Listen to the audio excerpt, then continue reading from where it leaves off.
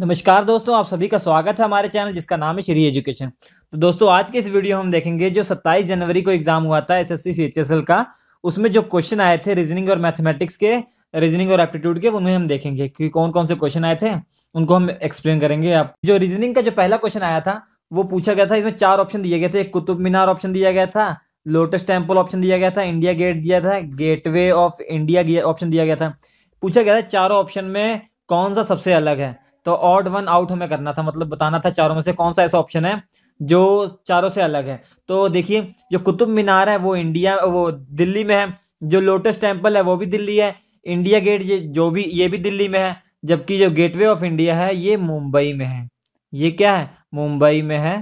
तो ये मुंबई में था, बाकी दिल्ली में है, तो ये हमारा आंसर हो जाएगा। ठीक है, देखिए जो इसमें ऑप्शन दिया गया कुतुब मीनार, ये बहुत इंपॉर्टेंट है आपके लिए, इसके बारे में आप जान लीजिए।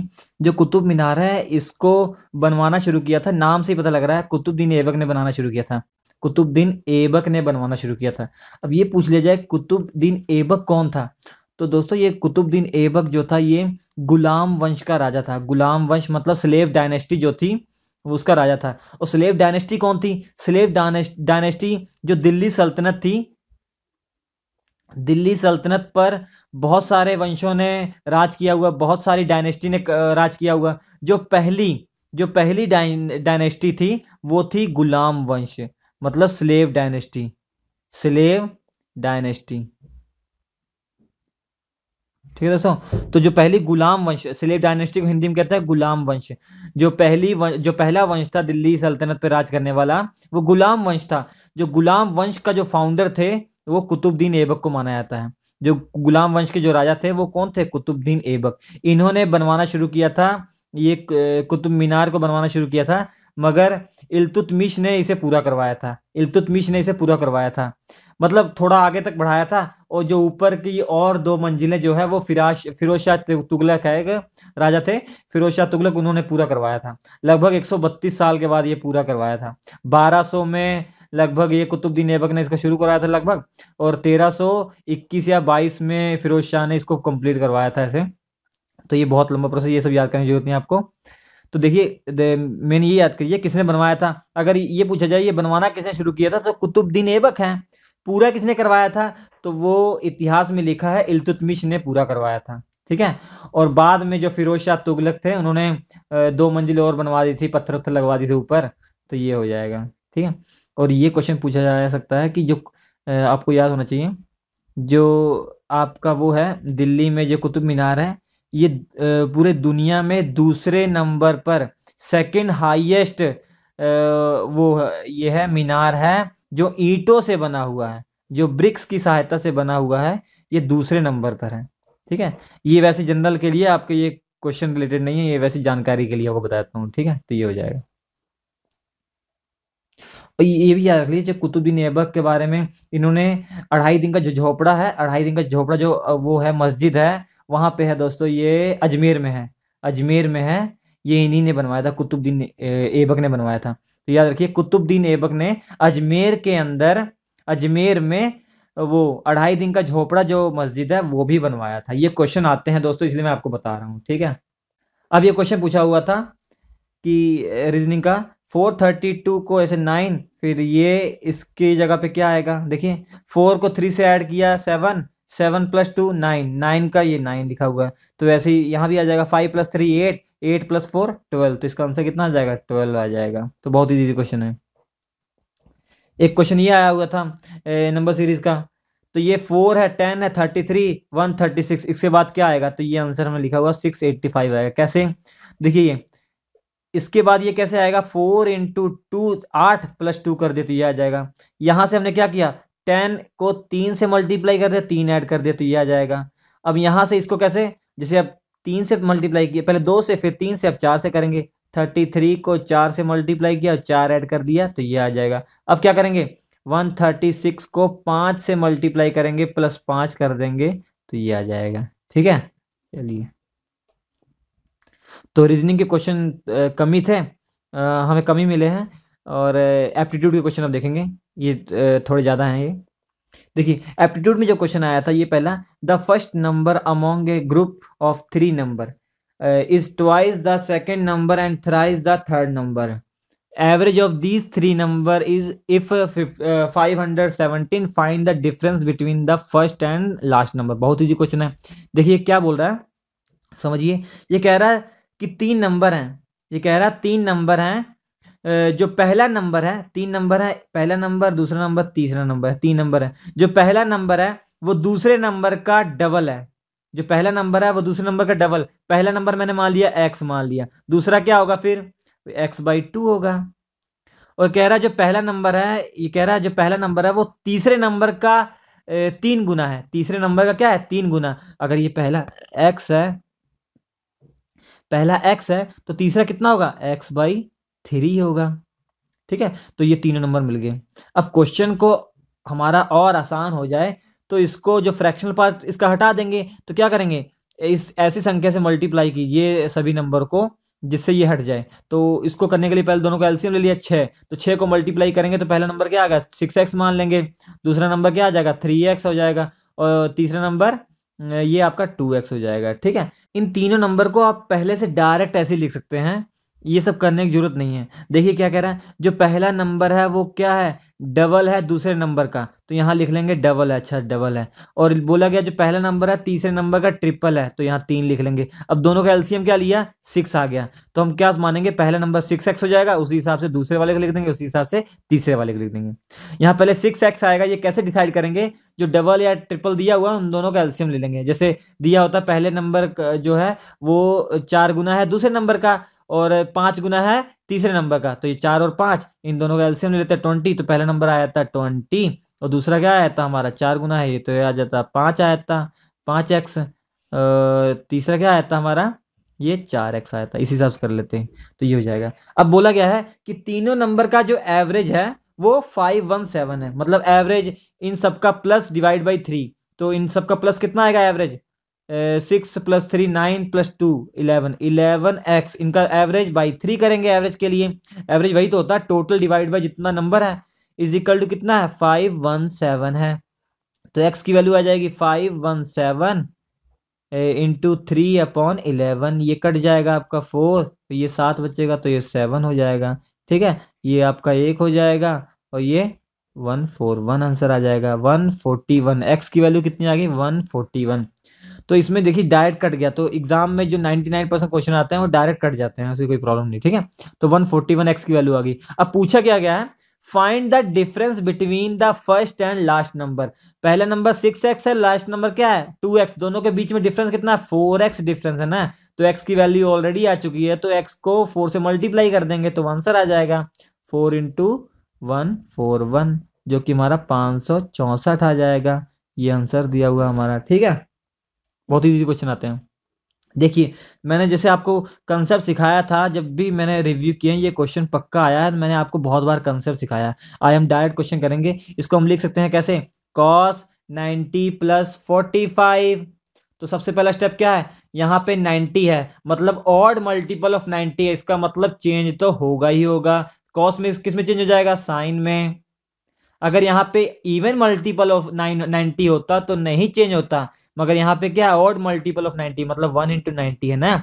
अगर बाई चांस यहाँ पर 180 होता मतलब क्या लिखते हैं 2 × 90. तो ऑड इवन मल्टीपल ऑफ 90 है तो ये नहीं चेंज होता, मगर यहाँ odd number of odd multiple of 90 तो चेंज हो जाएगा. किस में चेंज होता है, साइन कॉस में चेंज होता है, कॉस साइन में चेंज होता है, टेन कॉट में चेंज होता है, कॉट टेन में चेंज होता है, सेक कोसेक में, कोसेक सेक में. बस उसके बाद क्या रखेंगे, cos 90 + थीटा तो ये sin थीटा 45 हो जाएगा. अब प्लस होगा या माइनस होगा वो कैसे डिसाइड करेंगे, अब ये देखेंगे एंगल किस क्वाड्रेंट में है, 90 + 45 तो ये सेकंड क्वाड्रेंट में है. और सेकंड क्वाड्रेंट में cos हमारा क्या होता है, नेगेटिव होता है. तो नेगेटिव यहाँ निशान आ जाएगा. और sin 45 कितना 1/√2 तो -1/√2 आंसर आ जाएगा. तो ये आंसर आ जाएगा. तो ये फ्री के नंबर है दोस्तों, बहुत ही फ्री के नंबर है. ठीक है, अब फर्स्ट क्वाड्रेंट में साइन पॉजिटिव होता है, सेकंड में पॉजिटिव होता है, बाकी दोनों में नेगेटिव होता है. बाकी दोनों में नेगेटिव होता है साइन.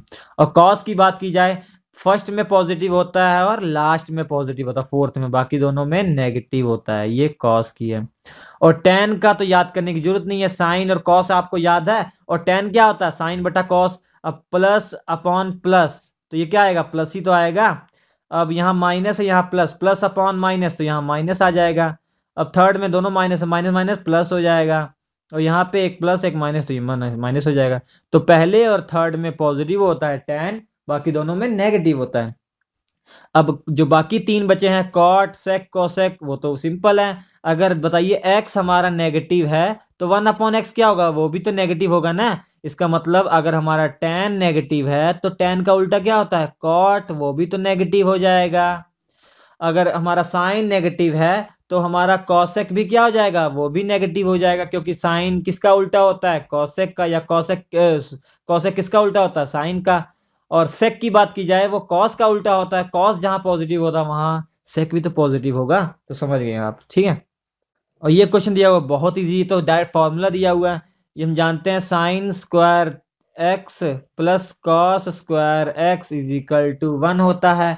तो ये कितना हो जाएगा, cos square x is equal to 1 minus sine square x, ये डायरेक्ट फॉर्मूला ही है। तो ये आपका आ जाएगा answer cos square A answer आ जाएगा। 1 minus sine square A is equal to क्या होता है, एक्स दिया हुआ है, तो एक्स की जगह हम ये भी लिख सकते हैं, तो ये आंसर आ जाएगा। ठीक है, बहुत ईजी क्वेश्चन है ये, ऐसे तो क्वेश्चन है ये। इसके इक्वल टू 1 कैसे होता है दोस्तों, मैं आपको बताऊंगा डिटेल में, चलिए मैं बता ही देता हूं। जैसे ये आपका है एक ट्रायंगल है, राइट एंगल ट्रायंगल है, हिंदी में समकोण त्रिभुज है, तो ये थीटा एंगल है। और हम जानते हैं ये हमारा परपेंडिकुलर है, इसको हिंदी में लंब कहते हैं। ये हाइपोटेनियस है, इसको हिंदी में कहते हैं कर्ण कहते हैं, हाइपोटेनियस। और ये हमारा बेस है, इसको हिंदी में आधार कहते हैं।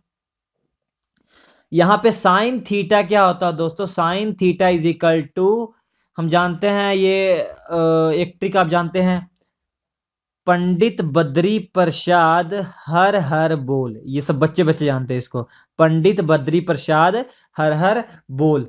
या हिंदी में LAL अपॉन KKA, मतलब हिंदी में कैसे याद करोगे, लाओ आम लाओ कच्चे कच्चे आम, लाओ आम लाओ कच्चे कच्चे आम। तो साइन बटा कॉस हिंदी में क्या हो जाएगा, लंब बटा कर्ण। इंग्लिश वाले क्या करेंगे, sine theta is equal to perpendicular upon hypotenuse, तो परपेंडिकुलर हमारा क्या है, ये परपेंडिकुलर अपॉन हाइपोटेनियस कितना है, h है। और cos theta is equal to क्या है, वो क्या है, cos theta is equal to देखिए B/H या A/K, आधार बटा कर्ण, बेस अपॉन हाइपोटेनियस, तो B/H।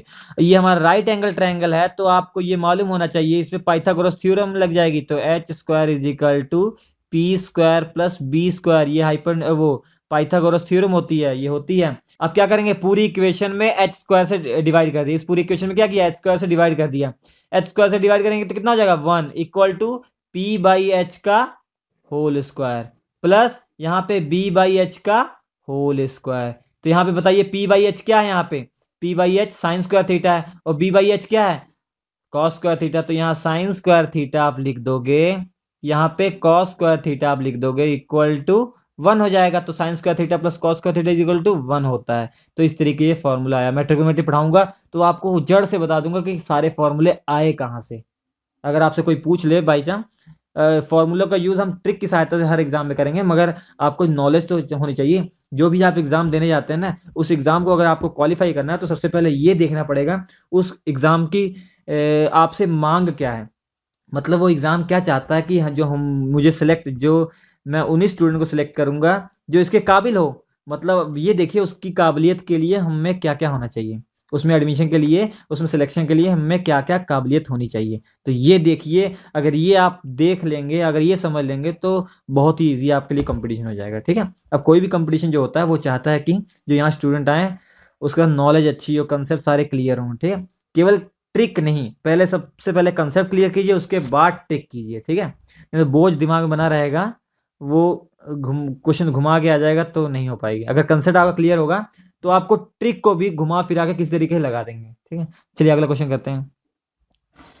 अगला क्वेश्चन है हमारा, what will be the reflection of the point 4, -5 about the y axis. देखिए इस टाइप के क्वेश्चन कैसे करते हैं। सबसे पहले देखिए ये एक्स एक्सिस है और ये वाई एक्सिस है, कोई नंबर दिया हुआ, मैंने मान लिया यहाँ पे कोई नंबर दिया हुआ x, y, और सबसे पहले क्वेश्चन पूछा गया कि एक्स एक्सिस के अलोंग उसका रिफ्लेक्शन क्या होगा, मतलब एक्स एक्सिस के अलोंग हिंदी में क्या कहेंगे, उसका प्रतिबिंब क्या होगा। तो मतलब हम एक्स एक्सिस क्या मानेंगे, शीशा मानेंगे। तो इसकी पिक्चर कहाँ बनेगी, जितनी ये डिस्टेंस होगी उतनी डिस्टेंस पीछे यहाँ पे पिक्चर बनेगी। तो इसका रिफ्लेक्शन एक्स एक्सिस के अलोंग क्या होगा, ये होगा। अब सोचिए एक्स क्या होता है, इस एक्स ये वाई एक्सिस से दूरी, मतलब एक्स के अलोंग ये दूरी एक्स होती है। और यहाँ भी देखिए दूरी तो वही है, डिस्टेंस, तो यहाँ एक्स का कोऑर्डिनेट क्या रहेगा, वही रहेगा।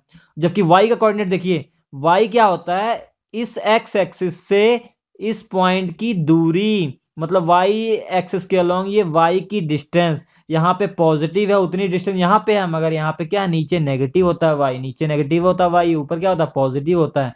तो ये माइनस वाई हो जाएगा, ठीक है। किसी तरीके से देख सकते हैं।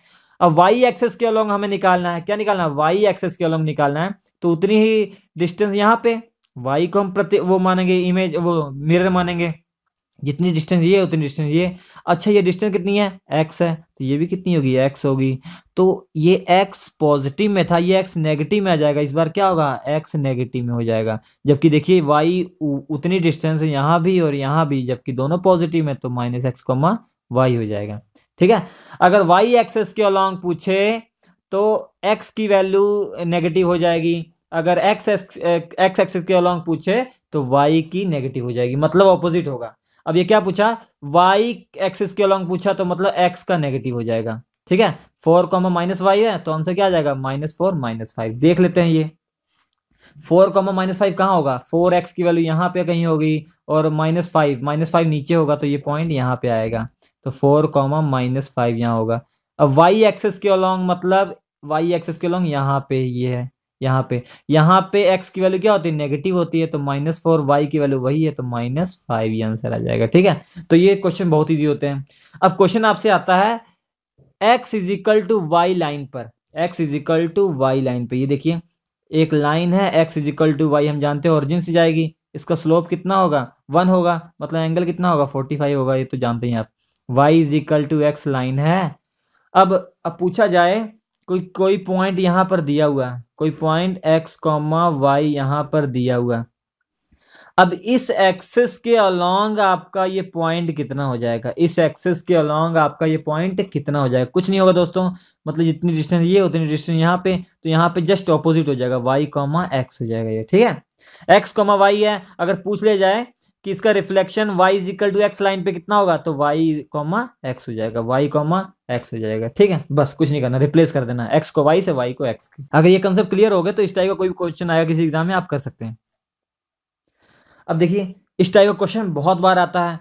इंस्टेड ऑफ मल्टीप्लाइंग बाय 7/6 एक क्वांटिटी वाज मल्टीप्लाइड बाय 6/7। एक कोई क्वांटिटी थी x, जो क्वांटिटी थी x उसको हमें एक्चुअल में 7/6 से मल्टीप्लाई करना था। ये हमारी क्या है, एक्चुअल क्वांटिटी यही थी, एक्चुअल क्वांटिटी मतलब वास्तविक क्वांटिटी यही थी, मगर हमने गलती से क्या कर दिया, x को 6/7 से मल्टीप्लाई कर दिया। तो हमारी ये क्या आ गई, जो गलती वाली है, मतलब जो गलत है, ठीक है, डिफरेंट क्वांटिटी आ गई है, ठीक है। अब बोला गया है कि दोनों के बीच में परसेंटेज डिफरेंस कितना है। तो परसेंटेज डिफरेंस, परसेंटेज चेंज कुछ भी पूछा जाए, तो परसेंटेज चेंज अगर पूछा जाए तो सबसे पहले क्या करेंगे, चेंज डिवाइड बाई उसकी एक्चुअल वैल्यू या प्रीवियस वैल्यू। जैसे पहले 4 वैल्यू से 6 हो गई है, तो इसमें चेंज कितना आया, 2 का चेंज आया। अगर रिलेटिव चेंज पूछा जाए, मतलब रिलेटिव को हिंदी में कहते हैं, अगर सापेक्ष, अगर वो मतलब चेंज पूछा जाए, सापेक्ष चेंज पूछा जाए, तो वो क्या होगा, चेंज अपॉन इसकी प्रीवियस वैल्यू, प्रीवियस वाली वैल्यू 4।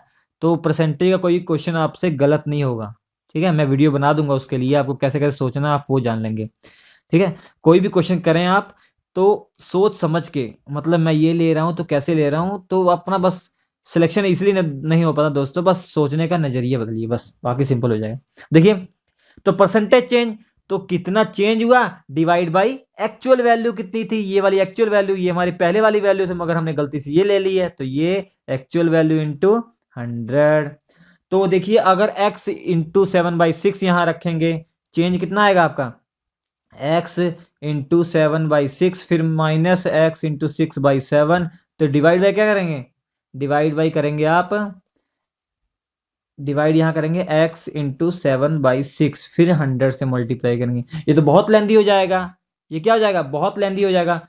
तो इसके लिए एक शॉर्टकट है दोस्तों, ऐसे नंबरों के लिए एक शॉर्टकट क्या होगा।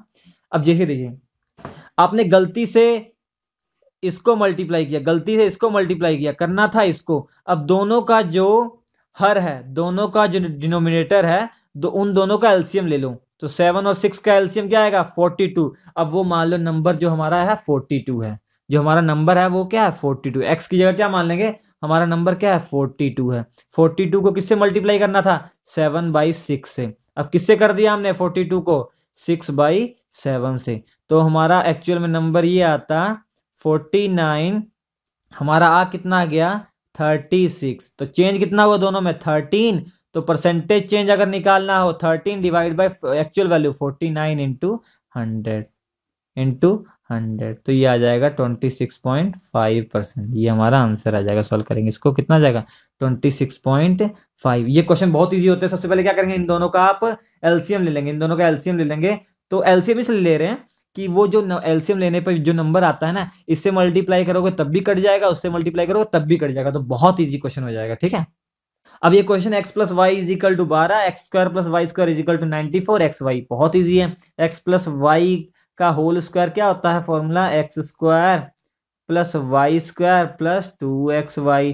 तो x प्लस वाई का होल स्क्वायर 12 का square 144 is equal to x square plus y square, ये 94 आ जाएगा, plus 2xy, 2 into xy, xy की वैल्यू निकालनी है। तो 94 इसमें माइनस करेंगे तो 50 आ जाएगा, तो ये बाई 2 कर देंगे तो xy की वैल्यू आ जाएगी। तो कितनी आ जाएगी 25। तो ये 25 दिया हुआ, ठीक है। किसी भी नंबर का जो स्क्वायर निकालना, शॉर्टकट हमारे उस पे चैनल पर पड़ा हुआ है एक वीडियो, किसी भी 2 डिजिट के नंबर या कुछ और नंबर दिए गए वहाँ पे, उनकी शॉर्ट ट्रिक मतलब बताई गई है किस तरीके से निकालते हैं, ठीक है। बहुत आपके लिए सिंपल हो जाएगा, कैलकुलेशन फास्ट हो जाएगी, देख सकते हैं आप जाकर। If the angles of quadrilateral are given in the ratio of 1:2:4:5, find the largest angle। देखिए क्या कह रहा है, एक कोई क्वाड्रिलेटर है, क्वाड्रिलेटर मतलब कोई चतुर्भुज है। मान लिया ये कोई क्वाड्रिलेटर, कोई चतुर्भुज दिया हुआ है, ठीक है। एक्चुअल में ऐसा नहीं है, क्योंकि देखिए एंगल डिफरेंट डिफरेंट है ना। तो मान लिया कोई क्वाड्रिलेटर कैसा है, ऐसा ऐसा दिया हुआ है, ऐसा ऐसा दिया हुआ है, ठीक है। अब ये कह रहा है कि ये पहला एंगल, दूसरा, तीसरा, चौथा, ये 4 एंगल है। जो चारों एंगल हैं, हम जानते हैं चारों एंगल का जो एडिशन होना चाहिए वो कितना होना चाहिए। इसको एंगल ए मान लिया, बी मान लिया, सी मान लिया, डी। तो चतुर्भुज के या क्वाड्रिलेटर के चारों एंगल का एडिशन या जोड़ कितना होता है, 360 होता है। Angle A plus angle B plus angle C plus angle D is equal to कितना होता है 360। अब ये थोड़ा समझिए, उसके बाद ये आप बिना कॉपी पेन से ही सॉल्व कर देंगे। देखिए क्वेश्चन कैसे आते हैं। इस टाइप का कोई भी क्वेश्चन आएगा रेशियो वाला, बहुत इजी आपके लिए हो जाएगा। पहले देखिए, चारों एंगल का जोड़ कितना है 360 है। चारों एंगल मिलाने के बाद कितना बन रहा है 360। अब 360 को इसने क्या किया, रेशियो में बांट दिया है। मतलब 360 को इसने चारों एंगल को इस तरीके से बांटा है कि इसको एक हिस्सा मिला है, इसको 2 हिस्सा मिला है उस 360 का, इसको 4 हिस्सा मिला है, इसको 5 हिस्सा मिला है। अब टोटल कितने हिस्से देखिए, 5 + 4 9, 2 11 और 1 12। इन्होंने क्या किया है, चारों एंगल को इस तरीके से बांटा है कि एक 360 डिग्री जो एंगल था इसको 12 हिस्सों में बदल दिया। 360 डिग्री एंगल क्या किया इसने, 12 हिस्सों में बांट दिया है। तो सबसे पहले क्या करेंगे, 5 4 9 10 11 1 12, पहले रेशियो का जो एडिशन कर लेंगे। तो मतलब कितने 12 पार्ट है, तो 360 को क्या करेंगे 12 पार्ट में कन्वर्ट करेंगे, तो ये कितना हो जाएगा 30 डिग्री। तो एक पार्ट इज इक्वल टू कितना 30 डिग्री। अब बड़े वाले के पास कितना पार्ट है, 5 पार्ट है, तो बड़े वाले के 5 × 30 इज इक्वल टू 150। कितना इजी। अब पूछा था पहले वाले के पास कितना एंगल है, तो एक ही पार्ट है 30 डिग्री। इसके पास 2 तो 60 डिग्री, इसके पास 120 डिग्री, तो ये 150 आंसर आ जाएगा, ठीक है। ऐसा कोई भी नंबर दिया हो, जैसे A/B/C दिया हुआ है, तो बोला गया है कि ये जो तीनों हैं, ये इनका जो मिलाने के बाद ये 300 होते हैं मतलब इन तीनों का जो है 300 है। इसको 1 रेशियो में, 2 रेशियो में, 6 रेशियो में बांटा गया है। तो देख सबसे पहले क्या करेंगे, 6 2 8 9, इसके टोटल पार्ट कितने हैं 9। अब 300 के क्या करना है 9 पार्ट करने हैं, 300 डिवाइड बाई 9, तो एक पार्ट बताएगा। तो एक पार्ट आ जाएगा, तो इसका कितना देना, एक पार्ट देना, इसको कितना देना, 2 पार्ट, इसको कितना 6 पार्ट, तो इसकी वैल्यू कितनी आ जाएगी 6 इंटू 300/9, इसकी वैल्यू 2 इंटू 300/9, इसकी 300/9, ऐसे हो जाएगा। ठीक है, तो क्या करेंगे, जो टोटल नंबर होगा, जो टोटल नंबर होगा तो डिवाइड बाय क्या करेंगे, इन रेशियो का जो एडिशन डिवाइड बाय कर देंगे। अब इसकी वैल्यू निकालनी इस पार्ट की, तो इसके नंबर से मल्टीप्लाई कर देंगे, तो क्या 360, उनका addition a plus B plus C, ये 12, और ये लास्ट वाला पार्ट जो बड़ा वो निकालना था, तो उस पार्ट से मल्टीप्लाई कर दिया। इस तरीके से करेंगे रेशियो, कोई भी क्वेश्चन आए इस तरीके से करेंगे, बहुत ईजी होता है। इन विच टाइप ऑफ ये quadrilateral are the adjacent angles supplementary, तो ये सप्लीमेंट्री क्या होता है कि दो एंगल का एडिशन 180 हो जाए। ठीक है, दो एंगल का एडिशन क्या हो जाए 180, दो एंगल सप्लीमेंट्री तब कहलाते हैं जब दोनों का एंगल एडिशन क्या हो 180 हो। जैसे एंगल ए अगर एंगल बी, दोनों सप्लीमेंट्री तब कहलाएंगे जब दोनों को जोड़ने पे 180 डिग्री आए। ठीक है, और हिंदी में एडजेसेंट मतलब साथ वाले एंगल। तो देखिए ये कोई ये है, ये चतुर्भुज है, ये कोई क्वाड्रिलेटरल है, ये कह रहा है किस टाइप का क्वाड्रिलेटरल होगा कि जो साथ वाले एंगल का एडिशन क्या हो, वो 180 डिग्री हो, मतलब दोनों का एडिशन क्या हो 180 डिग्री, मतलब बोला गया ना सप्लीमेंट्री। तो ये तो या स्क्वायर भी हो सकता है, ठीक है, तो ये बहुत सारे हो सकते हैं, मगर ऑप्शन में दिया हुआ था पैरेललोग्राम, दिया हुआ था पैरेललोग्राम, मतलब इस टाइप का दिया है, ये ऐसे ऐसे ऐसे। पैरेललोग्राम मतलब समांतर चतुर्भुज, आमने सामने की भुजाएं क्या होंगी, बराबर होंगी, जो सामने वाली भुजाएं क्या होंगी, इक्वल होंगी और पैरेलल होंगी एक दूसरे के, ये भी इक्वल होंगी और पैरेलल होंगी।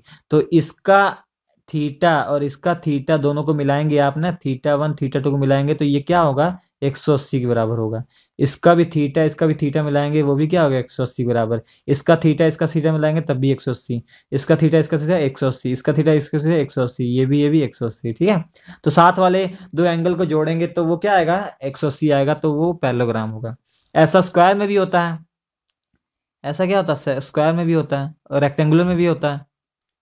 ये 90 डिग्री है, ये 90 डिग्री, ये 90 डिग्री, ये 90 डिग्री, तब भी 9 9 80 90 90 180 हो जाएगा, 90 90 180 यही है। मगर ऑप्शन में ये दिया हुआ था पैरेललोग्राम दिया हुआ था और कुछ और ऑप्शन दिए गए, तो ये आंसर सही था हमारा। देखिए ये बहुत इजी क्वेश्चन होते हैं दोस्तों, मैंने ये आपको पहले भी समझाया हुआ। Mahadev is twice as efficient as Sahay, तो महादेव एम मान लिया और ये सहाय। महादेव जो है वो डबल एफिशिएंट है, मतलब अगर किसी काम को सहाय 2 दिन में करेगा तो 1 ही दिन में कर देगा। ठीक है, अब बोला गया है alone Sahay can finish a work in 21 day, Sahay जो है वो 21 दिन में किसी काम को करता है। तो बताइए महादेव उसी काम को कितने करेगा 10.5, मतलब 10 दिन और आधे दिन में कर देगा।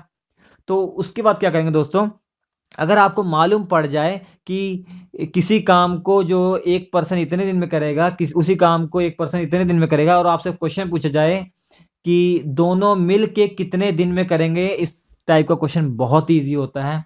तो सबसे पहले आप क्या करेंगे, सबसे पहला स्टेप दोनों का एलसीएम ले लेंगे। दोनों का क्या ले लेंगे एलसीएम, दोनों का एलसीएम क्या है 21। तो मान लेंगे आप 21 बर्गर हैं या 21 कुछ भी हैं, काम क्या मान लिया 21 बर्गर खाना है। तो ये 21 बर्गर कितने दिन में खाएगा 10.5 दिन में खाएगा। ये 21 बर्गर कितने दिन में खाएगा 21 दिन में खाएगा। तो एक दिन का वर्क लिख लीजिए, तो ये एक दिन में कितने बर्गर खाएगा 2 बर्गर खाएगा। एक दिन में कितने बर्गर खाएगा, तो ये 1 बर्गर खाएगा। तो टोटल बर्गर एक दिन में कितने खत्म हो रहे हैं बच्चों 3 बर्गर खत्म हो रहे हैं। तो टोटल बर्गर कितने हैं 21 बर्गर हैं। अगर एक दिन में अब 3 बर्गर खत्म हो गए हैं और टोटल 21 है, तब कितने दिन में खत्म हो जाएंगे 21/3, तो ये 7 दिन में सारे बर्गर खत्म हो जाएंगे। तो दोनों मिलकर 7 दिन में सारा काम खत्म कर देंगे। तो बहुत इजी क्वेश्चन होता है। There are 3 shirts, price of each was 600, if there is a buy 3 get 2 offer is going on. ठीक है, 3 खरीदो 2 मतलब फ्री मिलेंगी, what is the discount rate. देखिए ध्यान से देखिए, इस टाइप क्वेश्चन थोड़ा सा बच्चे गलत कर देते हैं। कैसे क्यों गलत करते हैं, देखिए अब जब बोला जाता है ना कि 3 खरीदी हैं और 2 फ्री मिली हैं, कोई भी चीज आपने 3 ली है 2 फ्री मिली है, ऐसा नहीं, उसको इस तरीके से देखिए हमने 5 चीजें खरीदी हैं। घर पे आके क्या देखा आपने, हमने 5 चीजें खरीदी हैं जिनमें से 2 चीजें क्या मिली हैं फ्री मिली हैं।